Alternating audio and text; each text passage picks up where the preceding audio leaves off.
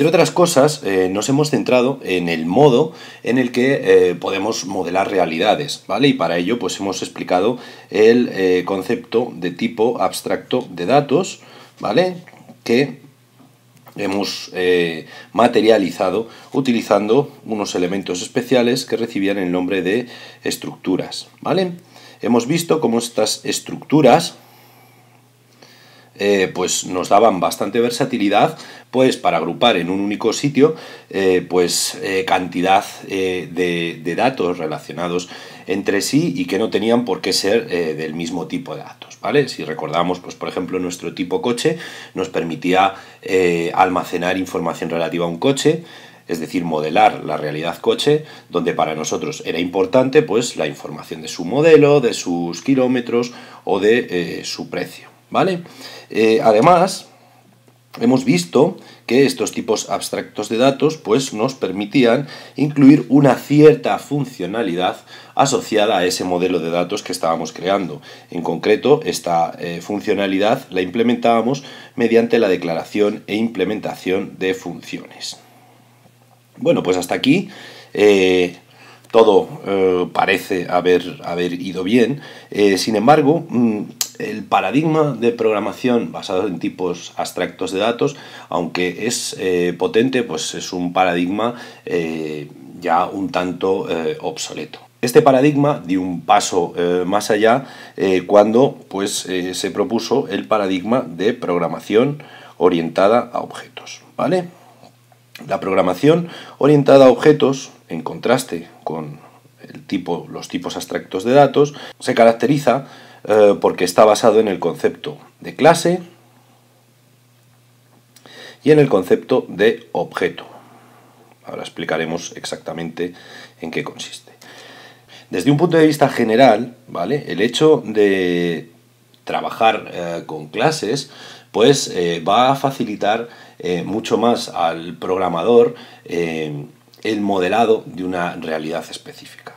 Aunque los tipos abstractos de datos, en cierto modo, ya lo hacían, había determinadas operaciones que no eran tan sencillas de llevar a cabo.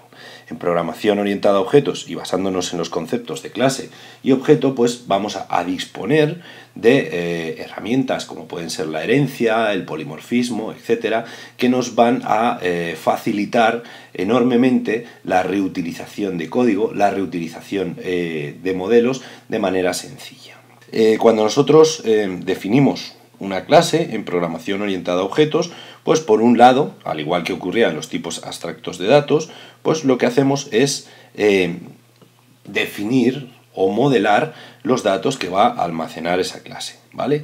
Este modelado lo hacemos a través de dos elementos que son las variables de instancia o miembros de clase y otros elementos que se denominan propiedades.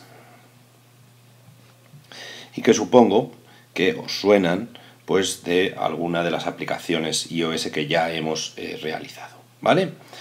Por otro lado, la funcionalidad asociada a una clase, ¿vale? La vamos a llevar a cabo mediante el uso de unos elementos que reciben el nombre de métodos, que esencialmente pues, son muy parecidos a las funciones, es decir, son cajas negras, ¿vale? Que pueden recibir información exterior y que nos van a devolver un valor concreto y específico, ¿vale? Pero además de todo esto, pues, como decía, tenemos una serie de herramientas, como pueden ser, por ejemplo, el polimorfismo,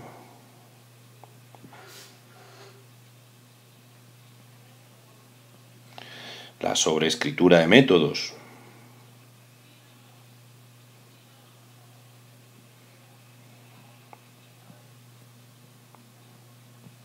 o el concepto de herencia, que son únicos del paradigma de programación orientada a objetos y que nos van a facilitar pues, bastante la vida pues, a la hora de reutilizar código o a la hora de modificar código ya existente. Dejadme que os explique estos conceptos con un sencillo ejemplo. Si os acordáis, nosotros en el módulo anterior hemos declarado un tipo abstracto de datos coche que nos servía para encapsular la información de un coche concreto, ¿vale? Además, pues también implementamos un tipo abstracto de datos lista de coches que nos servía pues para implementar, o para, mejor dicho, para modelar lo que sería un concesionario de coches, un almacén de coches, donde además añadíamos una serie de funcionalidades extra que nos iban a permitir, pues por ejemplo, insertar elementos en mi concesionario, etc. Bien, desde el punto de vista de la programación orientada a objetos, nosotros en lugar de tipos abstractos de datos lo que vamos a crear van a ser clases. Vamos a crear, por ejemplo, una clase coche, que, como decíamos antes, pues va a venir caracterizada por los datos que modelan esa realidad. Estos datos, pues haciendo el paralelismo con nuestra declaración de tipos de datos del módulo anterior, pues serían el modelo, el número de kilómetros,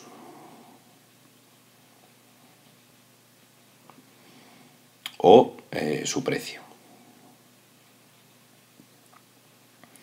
Y además vamos a poder añadir funcionalidades a esa clase mediante el uso de métodos.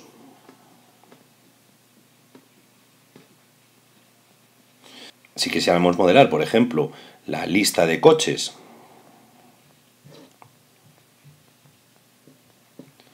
que creamos en el módulo anterior utilizando tipos abstractos de datos, pues en este caso tendríamos que crear una clase lista coches, pues cuyas variables de instancia, cuyos datos, pues en este caso serían la propia lista, que venía modelada por un array, y en este caso, pues entre otros, pues los métodos que disponía el tipo abstracto de datos y que podríamos portar directamente a nuestra clase, pues eran métodos del tipo, pues por ejemplo, insertar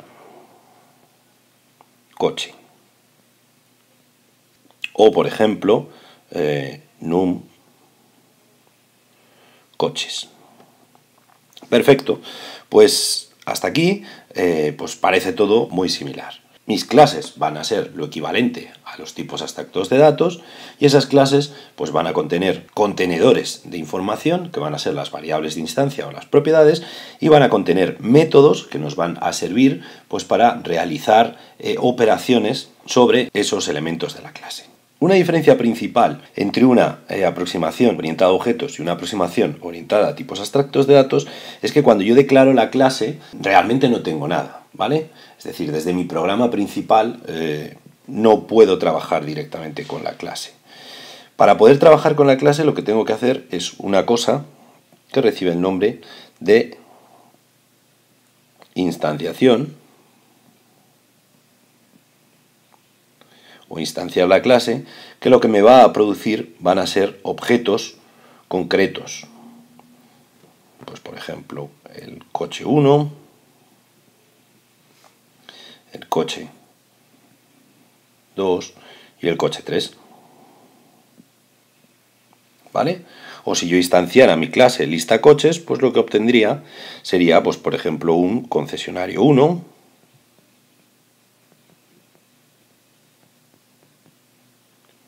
un concesionario 2, etcétera, etcétera.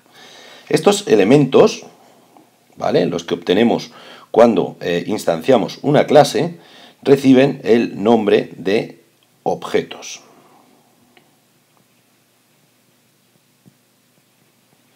Y van a ser las entidades con las que vamos a poder trabajar en nuestros programas.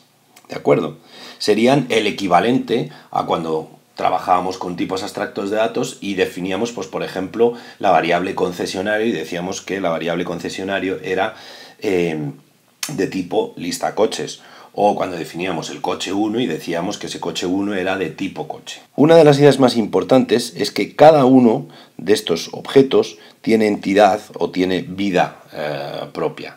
¿Qué significa eso de que tiene vida propia? Pues que para cada uno de estos objetos, las variables distancia, modelo, kilómetros y precio, pues van a tener unos valores específicos. Pues por ejemplo aquí Opel Corsa, pues por ejemplo aquí 20.000 y por ejemplo aquí 1.000 euros, ¿vale? Y en contraste, pues por ejemplo el coche 3 pues puede tener unos valores específicos de modelo, pues por ejemplo Toyota, kilómetros,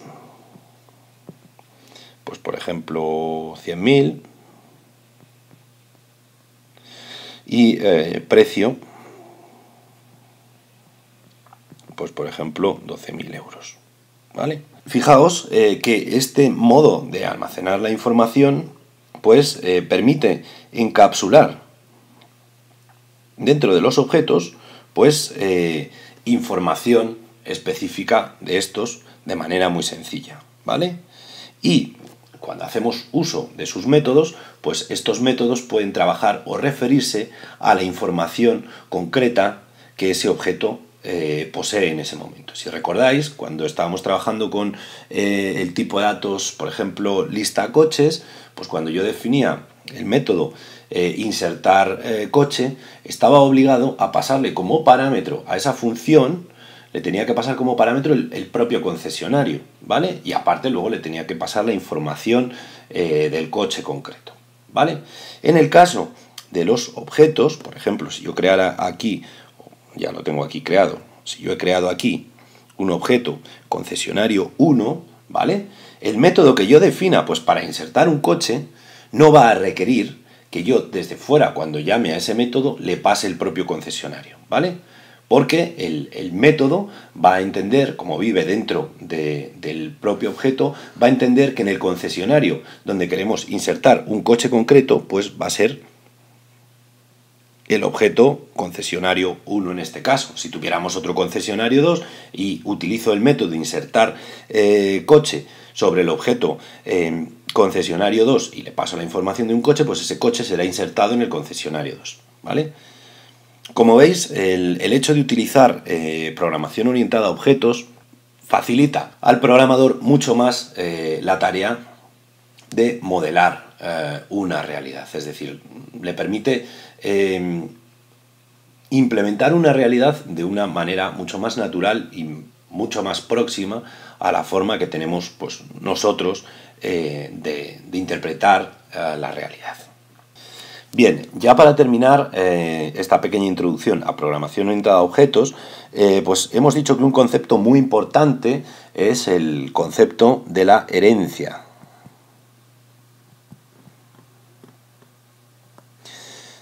Cuando trabajamos con tipos abstractos de datos, este concepto no existe. Sin embargo, en programación orientada a objetos sí existe y es muy potente. ¿Por qué es muy potente? Pues imaginaos que yo tengo una clase coche, ¿vale? La que acabamos de declarar, ¿vale? Que tiene pues una serie de variables que hemos dicho, pues tenía el modelo, tenía los kilómetros y tenía el precio, ¿vale? Y una serie pues de métodos.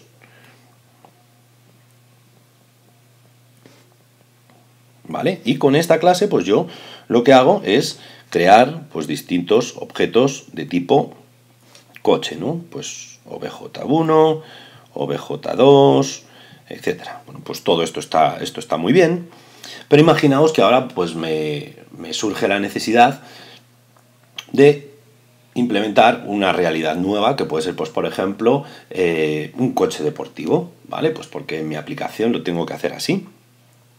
La primera aproximación para resolver este problema, pues sería obviamente crearme una clase nueva que llame coche deportivo, ¿vale? Y esta clase, pues definirla con las variables distancia, pues por ejemplo modelo, porque me sigue interesando, kilómetros, precio. Y suponed que ahora, además, pues me interesa saber o almacenar en esta clase pues los centímetros cúbicos que tiene ese coche deportivo.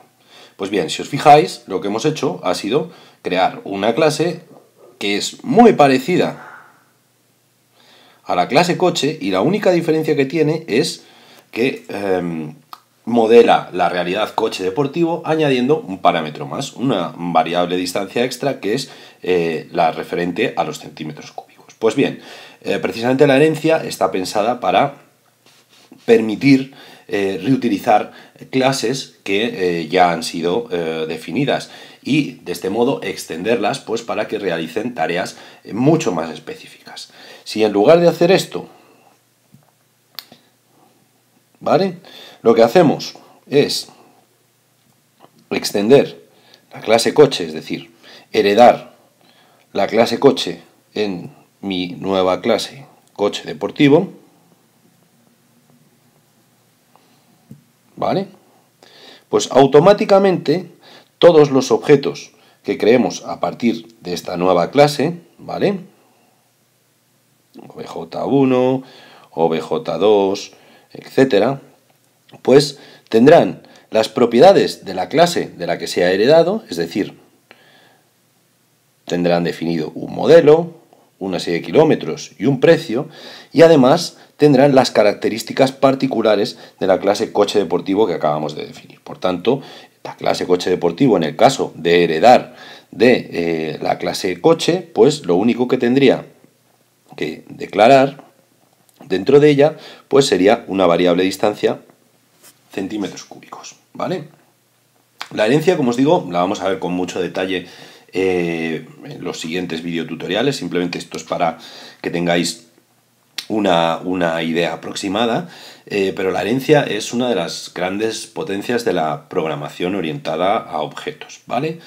Que sepáis simplemente, y lo vamos a ver en el siguiente tutorial, que por defecto cualquier clase que nosotros creemos en Objective-C va a heredar de la clase general NSObject, ¿vale? Ahora lo vamos a ver. ¿Vale? Esta sería, por así decirlo, la clase padre de todas las clases que hay en Objective-C, en iOS, y además la clase padre de todas las clases que nosotros vayamos creando. Muy bien, pues hasta aquí el vídeo.